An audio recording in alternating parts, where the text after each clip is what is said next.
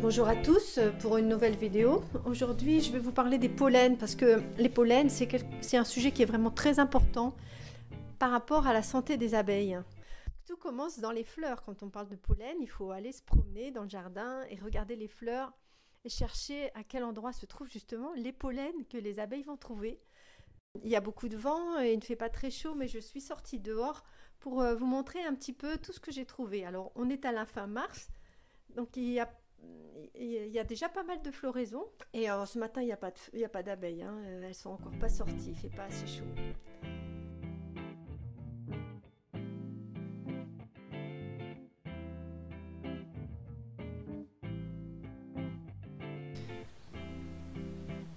Ces grands arbres là qu'on voit tout blancs, plein de fleurs, ce sont des pruniers. Et ces grands arbres là, ils sont très importants, ils font énormément de floraison, donc ça apporte beaucoup de nourriture aux abeilles d'un seul coup. Sur ces pruniers, les abeilles vont récolter un pollen qui a une couleur orangée, bien reconnaissable. Quand une abeille arrive dans une fleur, elle vient pour y prendre soit du pollen, soit du nectar, soit les deux. Le pollen, il est porté par les étamines. C'est les organes mâles des fleurs. Et l'organe femelle des fleurs, il est au milieu. Cette fleur, on voit bien le pistil au milieu et les étamines sur le tour. Donc c'est toujours les organes mâles qui portent le pollen. Ici, c'est un romarin. Il est couvert de fleurs. Et sur ce romarin, les abeilles vont pouvoir trouver du pollen gris clair. Le romarin, il a une particularité, c'est qu'il est très riche en polyphénol. Et ça lui donne des propriétés antimicrobiennes, antibactériennes, très intéressantes. L'hellebore oriental, c'est une plante qui est originaire de Bulgarie, qui est très précoce, qui fleurit vraiment très tôt en saison et qui offre un très joli pollen jaune pâle. On découvre les fleurs de primevère officinale, donc qu'on appelle aussi le coucou, et qui contiennent elles, des pollens jaunes. On peut découvrir aussi les fleurs de cognacier du Japon. Donc ça, c'est une floraison qui est très précoce aussi, avec du pollen orangé. Et puis le lamier pourpre, qui est une plante très visitée par les abeilles et les bourdons, sur lesquelles elles vont trouver un pollen très intense, une couleur rouge. Ensuite, ici, on a le chèvrefeuille arbustif, l'Onicera fragrantissima, qui fleurit janvier, février, mars, extrêmement longtemps, et qui est toujours visité par les abeilles et les bourdons, et qui fournit un très joli pollen jaune d'or. Bon, un petit mot sur le pissenlit. Je ne peux pas faire une vidéo pollen, abeilles, sans parler du pissenlit, forcément. Donc, il y a beaucoup de pissenlits chez nous, que je laisse pousser avec grand plaisir, parce que je sais que ça va nourrir les abeilles mellifères, mais que ça va nourrir aussi les bourdons et beaucoup de petites abeilles sauvages. Donc regardez chez vous, vous serez impressionné de voir tout le monde qui se pose donc sur ces fleurs de pissenlit. Elles ont beaucoup de pollen. Ce pollen n'est pas d'une très haute valeur nutritionnelle, mais par contre, il est fourni en grosse quantité.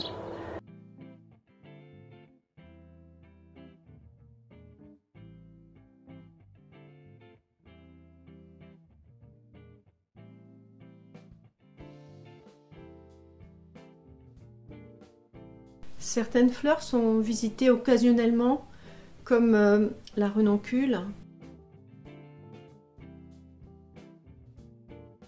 la ficaire,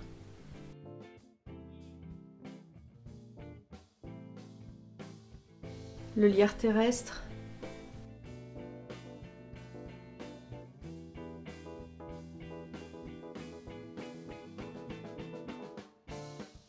ici on peut découvrir la floraison du poirier. Le poirier qui a des pollens très riches. Les pollens du poirier contiennent 25% de protéines, ce qui en fait vraiment un des meilleurs fournisseurs de pollen pour l'abeille. Donc les arbres fruitiers, ceux-là ils sont vraiment rangés dans la première catégorie, hein, pruniers, poiriers, pommiers, cerisiers, amandiers. Des arbres fruitiers, c'est très précieux pour les colonies. de par leur très haute valeur nutritive justement au niveau des pollens. Continuons le tour du jardin et pour découvrir encore quelques arbustes comme ce Mahonia qui a un pollen jaune, le Caragana dont les fleurs ne sont pas encore tout à fait épanouies, qui a un pollen orangé, cette Viornetin, Viburnum tinus au pollen blanc, le Casseille, le Groseillier à fleurs, le Prunelier, Prunus spinosa. Donc ça y est, il y a de l'activité maintenant à la ruche, grande activité, rentrée, sortie. Bon, il fait encore assez froid, mais le soleil donne un petit peu. Et donc on va pouvoir les voir ramener du pollen. Donc là, par exemple, on voit des pollens jaunes, des pollens orange qui rentrent à la ruche. Et j'ai fait un tour dans le jardin pour voir où est-ce que les abeilles butinent. Alors, en fait, j'ai vu qu'elles sont principalement sur 3 endroits. Donc en premier sur les fruitiers, champions toutes catégories. J'ai vu aussi beaucoup d'abeilles sur le romarin. Ça, c'était une belle surprise de voir tout le monde butiner dans le romarin. Et puis plein d'abeilles dans les pissenlits. Alors comment ça se passe concrètement? Eh bien, le matin, il y a des abeilles qui sont les abeilles expertes de la ruche, les plus anciennes. Elles vont faire un tour dans le jardin et dans les environs, on va dire dans 1 kilomètre autour de la ruche. Et elles vont repérer quelles sont les floraisons les plus intéressantes, mais surtout quelles sont les floraisons qui contiennent des nectars et des pollens qui correspondent aux besoins de la colonie. Elles vont revenir à la ruche et expliquer aux autres abeilles en disant ben voilà, on a vu qu'il y avait ça et ça et ça qui c'est intéressant. Donc elles vont recruter des abeilles pour aller sur les floraisons les plus importantes au moment donné, c'est-à-dire que c'est réactualisé jour après jour. Si elles ont une boîte à outils bien achalandée, à ce moment-là, elles vont pouvoir choisir parmi tout ce qui est disponible autour d'elles la plante ou les plantes qui vont le mieux correspondre à leurs besoins. Et ça, qui est-ce qui le sait? Pas nous. C'est les abeilles qui le savent. Si on est dans une période plutôt froide ou si on est dans une période où il y a un élevage de couvains et de jeunes larves important, ou si on est dans une période de canicule, par exemple, les abeilles ne vont pas être à la recherche des mêmes pollens. Les abeilles butineuses, les abeilles experts de la colonie, elles savent les besoins de la colonie à un moment donné et elles ont la connaissance intuitive. Elles ont la connaissance de la qualité nutritionnelle des pollens qui sont dans leur environnement. Parfois, donc, il va y avoir besoin de pollen pour nourrir les petits. Donc, en fonction des stocks de pollen qui sont déjà rangés à l'intérieur des alvéoles, elles vont faire l'inventaire et elles vont voir la quantité, la qualité de ce qui est déjà stocké. En fait, qu'est-ce qui peut se passer quand on met des colonies dans des monocultures? Parce que vous savez, aujourd'hui, la pratique pour produire du miel, c'est de faire de la monoculture. Donc, on va faire du miel de colza, du miel de châtaignier, du miel d'acacia, du miel de tournesol, en plaçant les ruches dans des endroits où il y a beaucoup d'une seule sorte de fleurs. Alors ça, pourquoi? Parce que c'est le consommateur aussi qui demande ça. Le consommateur dit moi j'aime mieux le miel de ceci, le miel de cela. Donc les ruches sont transportées d'un site de floraison à un autre site de floraison. Et finalement, la boîte à outils est très réduite. À chaque fois, la boîte à outils se réduit à une ou deux plantes maximum. Et donc ça produit automatiquement des carences. Alors qu'est-ce qui va se passer quand les abeilles n'ont pas suffisamment de pollen de qualité?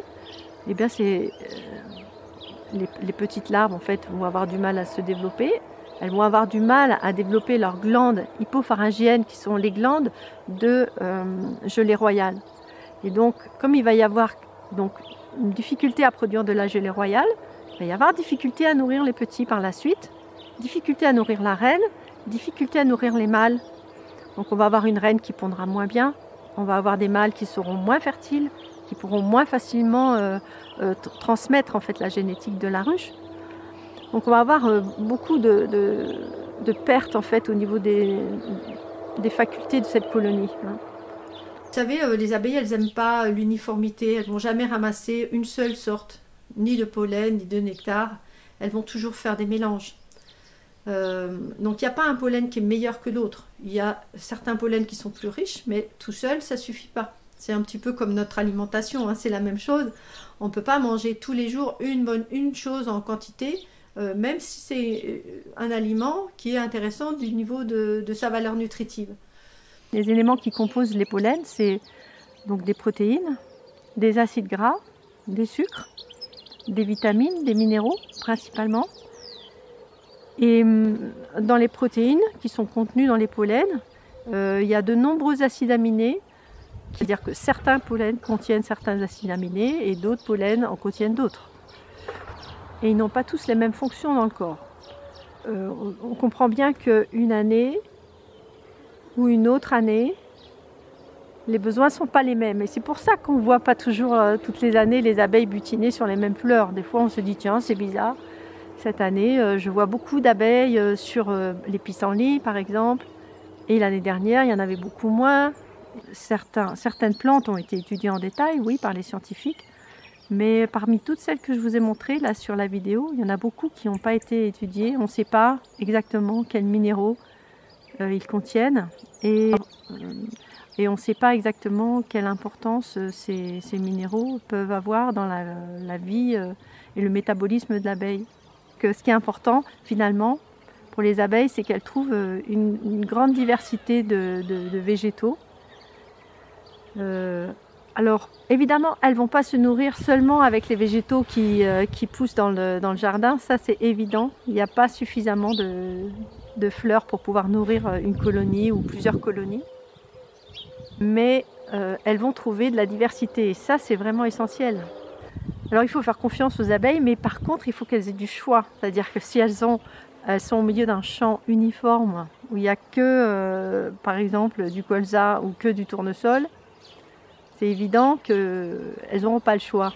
Et donc elles vont aller butiner sur des pollens qui seront relativement pauvres. C'est-à-dire que le pollen de tournesol, c'est un pollen qui à la longue va donner des carences. Le pollen de tournesol en lui-même, il n'est pas mauvais. Et par contre, c'est embêtant s'il n'y a que ce pollen. Alors il peut y avoir des carences en pollen importantes quand par exemple des colonies ont été transhumées. C'est-à-dire qu'on a mis les ruches pendant un certain temps, donc des fois plusieurs semaines, dans une culture, une monoculture. Ça va déclencher des maladies de carence, on va dire dans l'autre sens. Donc si on veut éviter qu'il y ait des maladies qui se développent dans la ruche, comme des loques par exemple, c'est important que les abeilles puissent trouver des pollens en quantité et en qualité. Alors on pourrait penser, eh bien si j'ai une ruche et qu'il n'y a pas suffisamment de pollen, je vais acheter du pollen et je vais leur mettre ça dans un nourrisseur pour qu'elles puissent venir prendre ce dont elles ont besoin. Et ça va aider ma colonie à prospérer. Alors ça pour moi c'est pas une bonne façon de faire, c'est-à-dire qu'on va avoir l'impression que ça va permettre à la colonie de se développer mieux, mais en réalité dans le pollen qu'on va leur proposer, il n'y aura pas exactement les substances qu'il leur faut, surtout dans les cas où on va utiliser donc, du pollen séché qui provient donc, de cultures éventuellement qui peuvent avoir été traitées. On va juste penser que le pollen c'est quelque chose de global, alors que c'est pas le pollen mais c'est les pollens. Alors je voudrais vous donner quelques conseils. Qu'est-ce qu'on peut faire vraiment pour aider les abeilles, c'est-à-dire à trouver des pollens de meilleure qualité possible. Donc là c'est principalement en ce moment, fin mars, début avril, là elles élèvent en très grande quantité de jeunes abeilles, ce qu'on appelle le couvain. Et elles ont besoin donc de beaucoup de pollen et d'eau pour pouvoir nourrir ces petits. Alors nous, qu'est-ce qu'on peut faire, nous qui n'avons pas forcément de ruches, mais qui avons des jardins, nous pouvons planter on appelle ça des plantes mellifères, donc des plantes qui vont apporter du pollen, du nectar aux abeilles. Essayez de planter des arbustes, surtout des arbustes, parce qu'il y a énormément de fleurs dans les arbustes et souvent on s'aperçoit qu'il y a des pollens de qualité plus importante dans les arbres et les arbustes, justement. Si je donne quelques exemples de pollens qui sont vraiment précieux pour les abeilles à cette époque de l'année, j'aurais envie de dire de mettre un petit peu de tout, surtout des arbustes, des arbres, parce que c'est ceux-là qui vont avoir les plus hautes valeurs nutritives.